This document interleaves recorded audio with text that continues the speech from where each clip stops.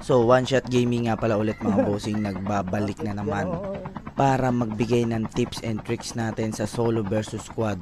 So, dati nagawa ko na ito ng video pero gagawin ulit natin ngayon dahil kakabalik lang natin. So, dito nag-solo versus squad ulit tayo.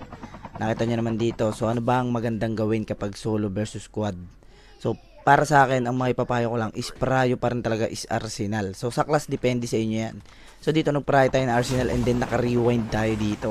So, dito magro-rotate na tayo since nakapag-Arsenal tayo. And then, pag-rotate ko, may nakita agad akong isa dito. So, bababaan na natin yan.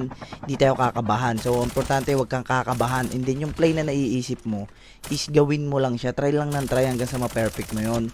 So, dito, nag-rewind ulit tayo and then, syempre, pinektusan natin yan. So, ganun lang. Kasi kapag kabado ka, bumabagal ka mag-isip.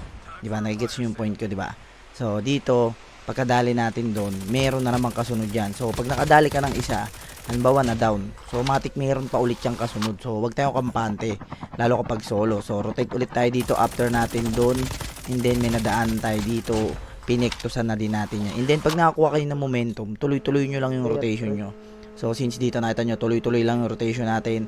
May nadaanan pa tayo dito. Akala ko nga bot pa nga to eh. So, hindi pala bot. So, binabaan natin. Pinektusan natin yan. So, tignan nyo yung gagawin natin dito. So, maglulot tayo. Diba, mga looter tayo eh.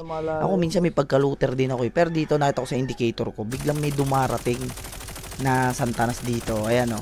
Diba, tamang hover siya rito yung mga cancer sa Code M. Cancerin nyo rin. Diba, so, nag-holy backslide tayo doon. Pinektusan natin siya dyan. So, after natin dyan, nag-rotate na naman tayo dito sa kabila. So, for rotation lang talaga yung ginagawa ko kapag solo. And then, play to play lang yung ginagawa ko. Kumbaga, play ng play lang lagi. Ganun. And then, pag-rotate natin dito, nakapitas na naman tayo ng isa. So, tuloy-tuloy tayo. And then, nag-rewind tayo since hindi natin alam kung may kalaban doon. So, eto na naman yung sinasabi ko nga. Huwag kampante. Hindi natin alam kung saan lalabas yung kalaban eh. Hindi natin alam. Wala tayong idea, di ba? So, merong nakipagtutukat dito. Pinektusan natin. So, hindi natin alam kung saan lalabas yung kalaban. Kaya wag tayong kampante. So, last guy. Pag last guy, alam nyo na. So, hindi na natin kailangan sabihin pag last guy, kabado yan. Diba? Siyempre, kung yung apat nga sila, napatay mo eh. Yung pa kayang last guy.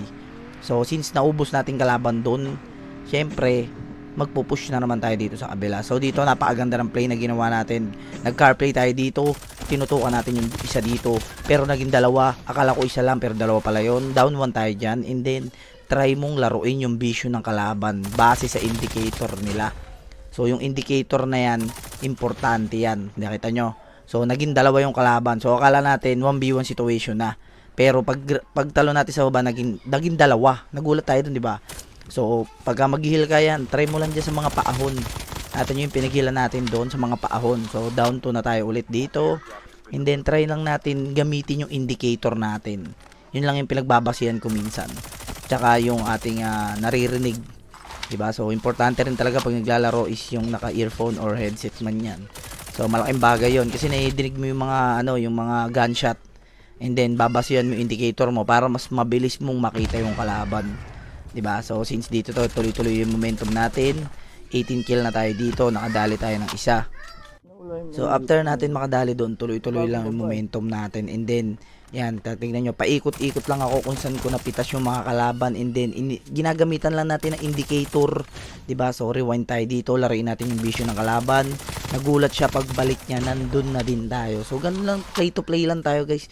Tuloy-tuloy lang yung momentum natin. And then, tuloy-tuloy mo lang kung ano man yan naiisip mo yung diskarte. So, depende kasi sa naglalaro. Ayan. So, yung iba kasi na pangiinanagan ng loob. So, dito, pakitaan ko kayo ng 2v1 clutch. So, dito, kaka-play natin yung kalaban dahil wala tayong board. So, sinugod natin yan, binabaan natin. And then, pagtutok natin, na-drone pa tayo dun. So, napa-rewind agad tayo. So, naisip kong diskarte rito. Since dalawa yung kalaban, gagamitan natin ng, ng malupitang, head glitch. Diba? So, since 2v1 din naman natin kaya ng tutukan ng sabay parehas yan, hindi ka mananalo sa dalawa, dahil isa ka lang. So, lalagyan natin ng konting go lang. So, yung smoker yung kalaban dito, kaya nag-switch ako Jack 12 and then sabay talon and then magre-rewind ako dito kaso hindi ko talaga nadali yung kalaban. Dahil, hindi ko makita. Hindi ko talaga makita. So, ang gagawin kong play dito is susugurin ko sila dito sa right side. Ayan, mag-right side tayo and then lamang tayo dito. Tempo naman nasa baba sila. So, natutukan natin, down 1 tayo dyan, binabaan agad natin, kaso napasobra yung talon. So, Nag-rewind tayo doon. Pagtutok natin, wala. Hindi talaga natin abutan kasi smoker nga eh. So, pagka ganito naman yung play guys, ang pinakamaganda gawin nyo, 1v1 na kayo. Pwede nyo na sugurin yan, depende na lang sa naglalaro. So, mapapayo ko lang is palakasan lang ng loob pagdating sa ganyan situation. Tapos ang laban. So, pag nadali ka, nice try. And then, pag nadali mo, di mas maganda. So, uulit-ulitin mo lang yung play na naiisip mo na yun. And then, try and try lang. So, kaya hindi ako nagpa-pry ng board. Marami nagtatanong ba't ako nagpa-pry ng board. Kasi mas importante sa aking gamit. Board madaling umanap. So, yun lang muna ngayon. And then, kung gusto nyo pa na mga ganitong video, make sure mag-follow na kayo. And then, mag-comment ka na din dyan. And then, kita-kits na lang tayo susunod na video. Bye-bye! Hindi na yan kung paano nyo